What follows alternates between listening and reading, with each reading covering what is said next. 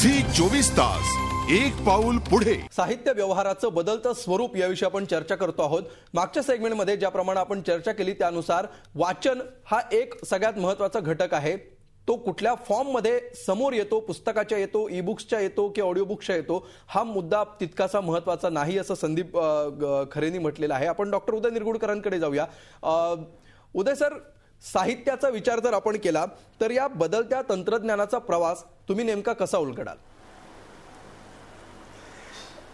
आजच्या विषयामध्ये दोन बाबी आहेत. एक तर त्यात साहित्य आहे आणि साहित्य व्यवहार आहे. बदलत्या तंत्रज्ञानामुळे साहित्यावर काय परिणाम होईल आणि साहित्य व्यवहारावर काय परिणाम होईल असे दोन त्याच्यामध्ये भाग आहेत. लक्षात घ्या, आपल्याकडे पहिल्यांदा कॉम्प्युटर आला, तो आकडेमोड करण्यासाठी आला. नंतर त्याच्यात टेक्स्ट आलं, नंतर त्याच्यात दृश्यात्मकता आली आणि नंतर त्याच्यात ज्याला आपण इंटरॅक्टिव्हिटी म्हणतो, संवाद म्हणतो, तो आला. त्यामुळे हावभाव, त्याच्यानंतरची बोलीभाषा, त्याच्यानंतरची लिखित भाषा आणि त्याच्यानंतर आत्ता SMS वर, ब्लॉगवर वगैरे अशा दृश्यात्मक माध्यमातून किंवा एक्सपिरियन्सच्या जवळ नेणाऱ्या माध्यमातून आलेली ही कॉम्प्युटरची ही चौथी भाषा आहे. हे जरी सत्य असलं की एका दिवसात ही क्रांती होणार नाही, तरी आपण लक्षात घेतलं पाहिजे की जगातले सर्वात जास्त internet users in terms of its percentage growth हे आत्ता भारतामध्ये आहेत. त्याहीपेक्षा सुद्धा सर्वात जास्त मोबाईल युजर्स आत्ता भारतामध्ये आहेत. त्याच्यातली तिसरी महत्त्वाची गोष्ट म्हणजे 16व्या शतकाचा इतिहास जर आपण पाहिला तर आपल्याला लक्षात येईल की ज्यांनी समुद्रावर राज्य केलं त्यांनी जगावर राज्य केलं. ते 4 वंश होते. ते होते डच, फ्रेंच, पोर्तुगीज आणि ब्रिटिश. त्या ब्रिटिशांचं राज्य आपल्यावर 150 वर्ष होतं. त्यांनी राज्य जगावर का केलं?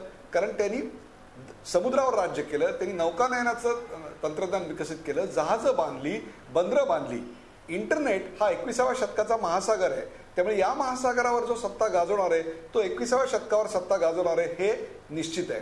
14व्या शतकाच्या 7व्या दशकामध्ये गटेनबर्गनं जर्मनीमध्ये एक छापखाना शोधून काढला. त्या छापखान्याची जुळाई करायला, बायबलची जुळाई करायला 2 वर्ष लागले होते. त्याच्या आधी जगामध्ये फक्त 50,000 हस्तलिखितं होती. परंतु त्यानंतरच्या एका वर्षात जवळपास 1 कोटी पुस्तकं छापली गेली. इतक्या मोठ्या प्रचंड प्रमाणावर त्या छापखान्याचा पुढे प्रसार झाला. मग तो चीनमध्ये आला, कोरियामध्ये आला, सर्वत्र पसरला. त्याच्यामुळे साक्षरता आली, शाळांची गरज अधोरेखित झाली. साक्षरता आणि निरक्षरता असे 2 गट पडले.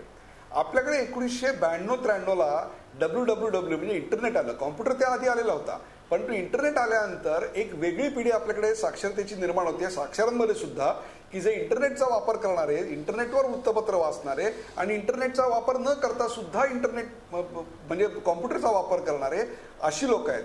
आज जी माझी 40शीतली पिढी आहे ती घरी पेपर आल्यानंतर पहिल्यांदा तो पेपर वाचते. परंतु माझ्या नंतरची पिढी आहे जी आज 17-18 वर्षाची, 14 वर्षाची पिढी आहे, ती संपूर्ण वर्तमानपत्र ही इंटरनेटवर सहज वाचू शकतात. त्यांच्या दृष्टीनं तीच एक माध्यमाचं साधन आहे. कारण साक्षरतेची आमच्या घरातली ही माझी 5वी पिढी आहे, परंतु इंटरनेटच्या माध्यमातून शिकणाऱ्यांची ही पहिली पिढी आहे. ज्याप्रमाणे 1878ला इलेक्ट्रिसिटीचा शोध लागला तेव्हा तो फक्त उजेड पाडण्यासाठी होता, परंतु नंतर पुढच्या 50 ते 100 वर्षात त्याची एवढी ऍप्लिकेशन्स निघाली की आपल्या जीवनाचा कुठलाही व्यवहार आता इलेक्ट्रिसिटीवर शक्य नाही. तसंच कॉम्प्युटर हा पहिल्यांदा आकडेमोड करण्याकरता आला होता, परंतु आता ई-कॉमर्स पासून बिलं भरायची असतील तर तुम्हाला इंटरनेटचा वापर करता येतो, तुम्हाला बँकिंग व्यवहार करता येतील तर त्याचा वापर करता येतो. तसं ज्ञान मिळवायचं असेल, माहिती मिळवायची असेल तर त्याचा वापर का करता येणार नाही? त्यामुळे मला असं वाटतं या नव्या माध्यमाची जाणीव आपण करून घेतली पाहिजे, प्रकाशकांनी, लेखकांनी सुद्धा. मी आत्ताच संदीप खऱ्यांची बोलत होतो, रात्री 2 वाजता जर त्यांनी एखादी कविता लिहिली आणि त्यांना असं वाटलं ती आपण नेटवर टाकावी $1 आणि ती जर त्यांना टाकता आली आणि त्यांचा जर चाहता वर्ग कॅलिफोर्नियामध्ये असेल तर तो ती एक त्यांची कविता वाचण्याकरता $1 स्वॅप करेल. असे आपल्याकडे प्रकार झालेले आहेत.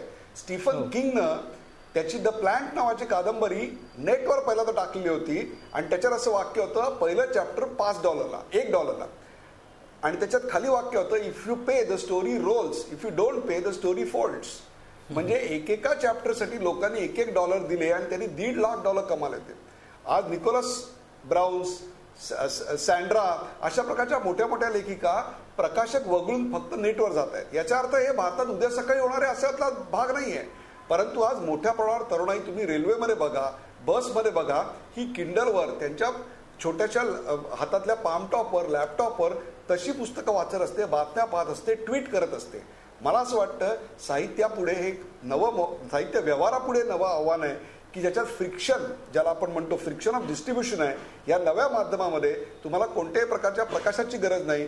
तुम्ही जर स्वतः चांगलं साहित्य लिहिलं तरी तुम्ही साहित्य तुमचं प्रकाशित करू शकता. म्हणजे छापू नका पण प्रकाशित करा, हा 21व्या शतकाचा मंत्र आहे. याचा अर्थ प्रकाशक म्हणजे पाटकर आणि भटकळ यांना काही काम होणार नाही का, तर त्यांचं उलट जबाबदारी वाढणार आहे. कारण हा जो सशक्त प्लॅटफॉर्म आहे, हा प्लॅटफॉर्म त्यांच्या मालकीचा उद्या असू शकतो. जसं आज एक ग्रंथव्यवहाराची रचना त्यांच्याकडे आहे, त्यातूनच आपल्याला कळलेलं आहे की आज 19 जिल्ह्यांमध्ये आपल्याकडे पुस्तकाची दुकानच नाही आहेत. मग चांगली चांगली पुस्तकं भटकळांनी काढून, पाटकरांनी काढून करायचं काय, संदीप चांगल्या कविता काढून ती वाचन संस्कृती पोचवायची काय. जर महाराष्ट्रासारख्या ठिकाणी जर ही अवस्था असेल तर मला सांगा इतर राज्यांचं काय होणार आहे. आज वृत्तपत्र आपण ऑनलाईन वाचतो, मग साहित्य ऑनलाईन जायला काय हरकत आहे. आज रात्री 2 वाजता सुद्धा जर मला एखादं पुस्तक हवं असेल आणि मी जर एखाद्या रेल्वे स्टेशनवर बसला असेल तर मला $2 डालून $1 टाकून पाटकरांचं एखादं भटकळांच्या पॉप्युलर अशी पुस्तकं का नाही वाचता येऊ शकत. अशा प्रकारच्या पुस्तकांचा एक संच जर माझ्या आयपॅडवर मी डाउनलोड केला असेल तर तो एक फार मोठा व्यवहार असणार आहे. तो आज जरी लहान असला तरी लक्षात ठेवा त्याची हाक वैश्विक आहे आणि ती फार जोरानं वाढते. अगदी. आणि ही हाक वैश्विक आहे म्हणजे नेमकं काय आहे याची चर्चा आपण करणार आहोत पुढच्या भागामध्ये. आणि स्थानिक इथली जी मूल्य आहेत, इथलं जे साहित्य आहे, इथली जी संपदा आहे ती जागतिक स्तरावर नेमकी या नव्या तंत्रज्ञानामुळे पोचेल का, आणि ती कशी पोचेल, केवळ रीच हा फॅक्टर वगळून इतर कुठल्या कुठल्या बाबतींमध्ये ती पोचेल, या सगळ्याविषयी आपण बोलूया. पुन्हा एक ब्रेक घेऊया आणि ब्रेक नंतर ही चर्चा आपण सुरू ठेवूया. झी 24 तास, एक पाऊल पुढे.